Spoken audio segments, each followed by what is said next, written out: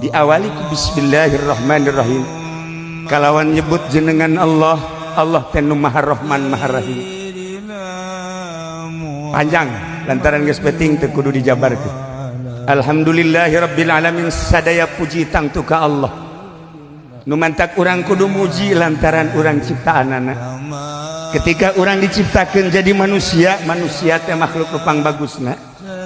Diberelah sehat, diberelah dedeg pangadeg anu ahsani takwim moal aya tandingna.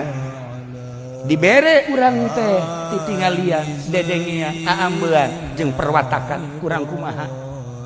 Maka wajarlah bahkan wajib kurang teh muji ka Gusti Allah. Diawali ku alhamdulillah.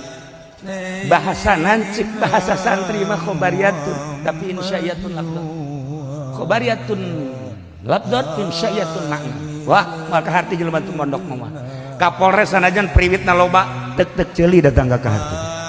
Bahasa alhamdulillah teh eta adalah khobariyatun lafdot insya'iyatun makna. Beuh, kudu mondok di Cilongok 20 tahun. Hese eta mah lain lalagaan. Bahasa eta teh bahasa cerita tapi bahasa perintah.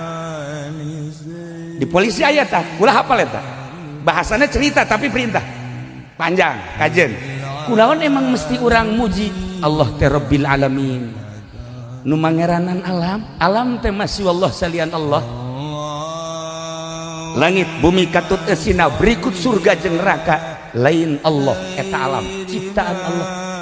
Di jerona adalah urang teh ciptaan Allah. Diciptakan ku Gusti Allah pesen henteu, diciptakan ku Gusti Allah hayang henteu. Berarti kan ieu mah bener-bener kudrat iradat Allah. Blak aya wajib urang muji. Alhamdulillah diawali ku modal eta.